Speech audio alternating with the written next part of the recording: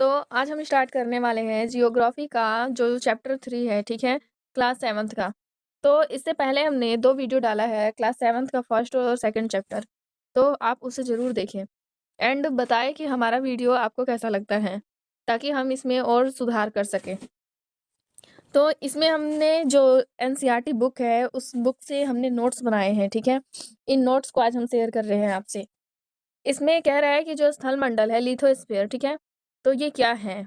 तो स्थलमंडल यह कई स्थलमंडलीय प्लेटों में विभाजित होता है। अब प्लेटों के बारे में बात कर रहे हैं। प्लेटों की गति, ये प्लेटें बहुत धीरे-धीरे कुछ मिलीमीटर प्रति वर्ष चलती हैं। इसका कारण पृथ्वी के अंदर द्रवित मैग्मा का गति करना है, ठीक है? पृथ्वी की हलचल, अर्थ मूवमेंट, इसे 2 भागों में बाँटा जाता है, अंतर्जातीय बल और बहिर्जातीय बल। Endogenic force and exogenic force. Endogenic force वो है जो पृथ्वी के आंतरिक भाग में कार्य करता है और एक्सोजेनिक फोर्स वो है जो पृथ्वी के सतह पर कार्य करता है। अब इंडोजेनिक फोर्स के बारे में हम बात कर रहे हैं। अचानक होने वाली हलचल, ठीक है? अचानक होने वाली हलचल में क्या क्या आ सकता है? तो भूकंप, ये जो भूकंप है वो अचानक ही आता है, और ज्वालामुखी, भूस्खलन, ठीक है? वोल्केनो और लैंडस्लाइड्स, ये अचानक ही होता है। इसके बाद कह रहा है धीमी हलचल। तब ये जो है ना अंतर्जातीय बल, मतलब ये पृथ्वी के अंदर ही होते हैं। धीमी हलचल कहने का मतलब है जैसे पर्वत का निर्माण होता है तो वो बहुत ही धीरे-धीरे होता है, ठीक है? बहुत ही कम हलचलों से होता है। इसके बाद बात आ रही है एक्सोजेनिक फोर्स। तो एक्सोजेनिक फोर्स जो है वो सतह पे होता है। अब सतह पे क्या हो सकता है? तो कटाव एवं निक्षेपण हो सकता है, ठीक है? फिर से कह रहा है कि शक्तियाँ, नदी, पवन, समुद्री लहरें और हिमनद, ठीक है? तो ये सभी क्या है? एक्सोजेनिक फोर्स है, फोर्स के कारण होता है।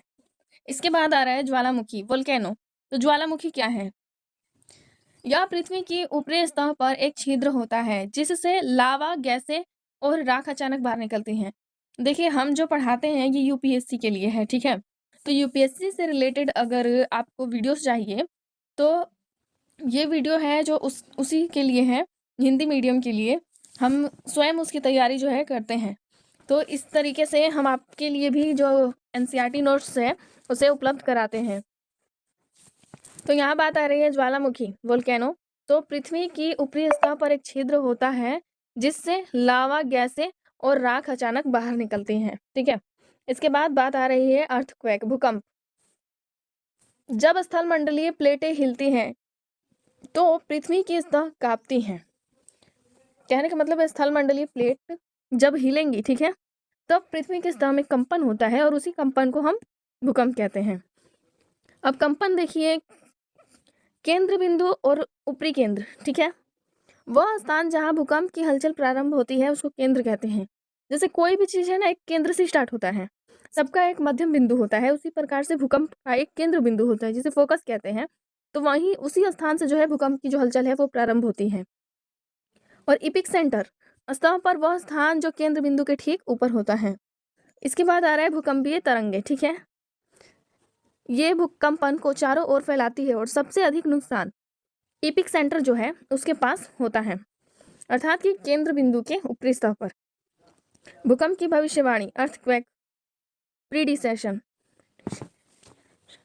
पशुओं के व्यवहार में बदलाव, तालाबों की मछलियां जो हैं बेचैन हो जाती हैं, साफ सतह पर आ जाते हैं। तो अगर इस प्रकार की घटनाएं होने लगे, अधिक से अधिक मात्रा में सांप जो सतह पर आने लगे, तो समझिए कि भूकंप आने वाला है, ठीक है? या फिर भूकंप आ रहा है। तो भूकंप की भविष्यवाणी, पूर्व तैयारी से नुकसान कम किया जा सकता है। अब कह रहा है कि भूकंप से बचाव के लिए हमें क्या करना पड़ेगा, ठीक है? तो अर्थक्वेक से अगर बचना है तो हमें सुरक्षित स्थान जैसे रसोई, काउंटर, मेज, डेस्क, अंदरूनी दीवार या कोने के पास खड़ा होना चाहिए और हमें दूर रहना है इन स्थानों से।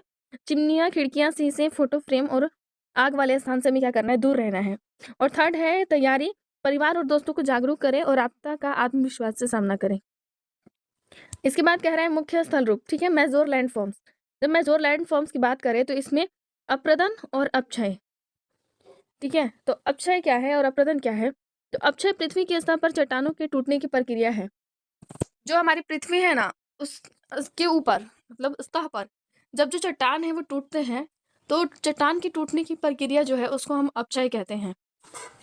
इसी प्रकार से जब हम अपरदन की बात करें तो पानी, हवा और बर्फ द्वारा स्थलाकृति का कटाव। जैसे कि अगर वर्षा आती है और उस सतह पे पेड़ नहीं है तो वहाँ की जो मिट्टी है उसमें कटाव होगा, ठीक है। तो इस प्रकार से हम कहेंगे कि मिट्टी का जो है अपरदन हो रहा है। अपरदित पदार्थों का परिवहन एवं निक्षेपण नए स्थल रूपों का निर्माण करती है। जैसे अगर हम बात करें डेल्टा की, ठीक है, तो वो जो डेल्टा का निर्माण होता है, तो डेल्टा का निर्माण बहुत सारी जलोढ़ मिट्टी जो है वो एक मुहाने पे, नदी के मुहाने पे इकट्ठी होती है, तो डेल्टा का निर्माण होता है। तो वही कह रहा है कि जो अपरदित पदार्थ है, जिस पदार्थ का कटाव हुआ है, वो बहते हुए एक स्थान से दूसरे स्थान पर आकर इकट्ठा हो जाती हैं, ठीक है, तो नए स्थल रूपों का निर्माण होता है। इसके बाद कह रहा है नदी का कार्य क्या है, work of river.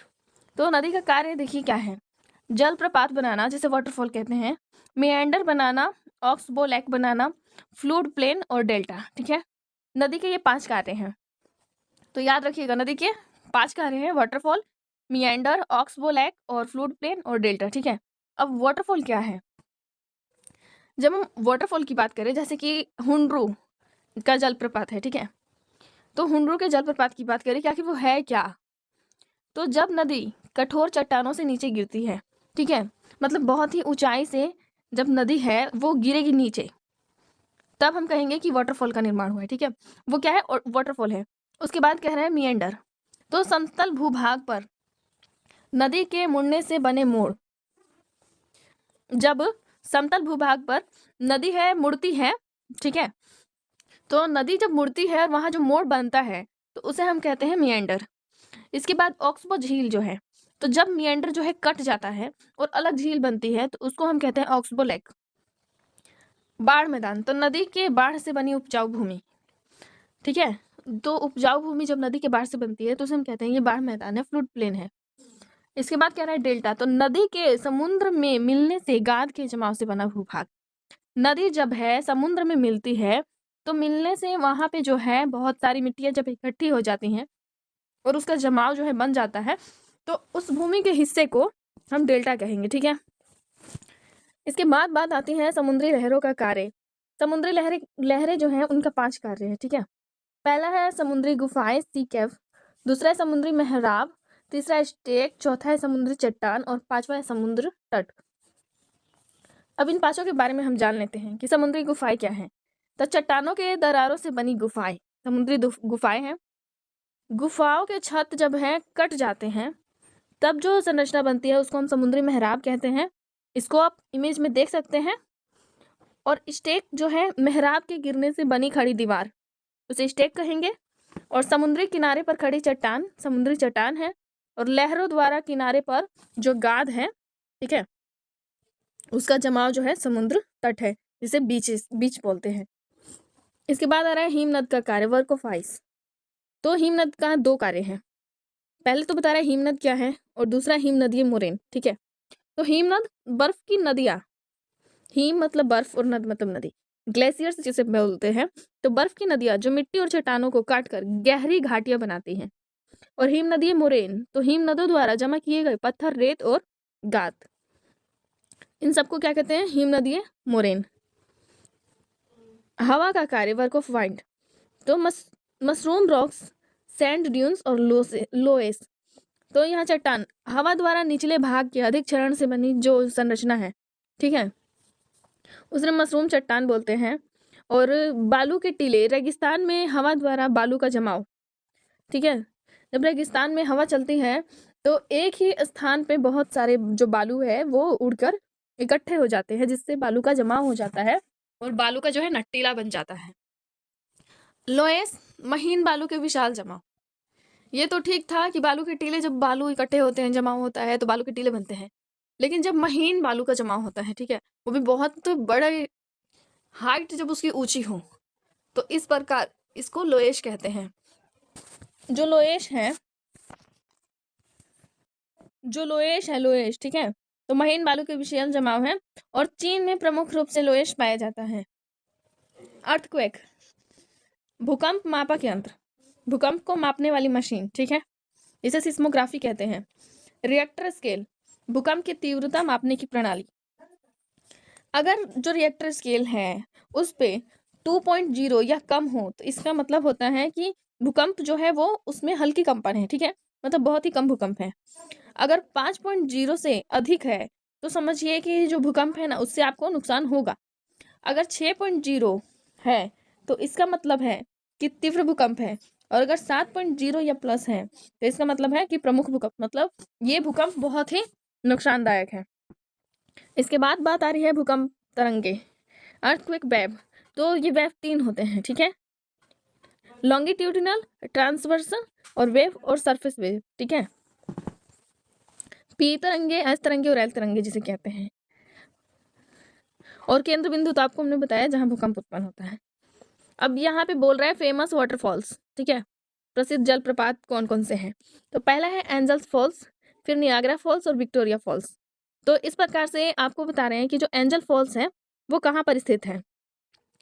Angel false जो है वेनेजुएला दुनिया का सबसे ऊंचा पर्वत है, ठीक है, तो वेनेजुएला में स्थित है और ये दुनिया का सबसे हाईएस्ट वाटरफॉल है, ठीक है।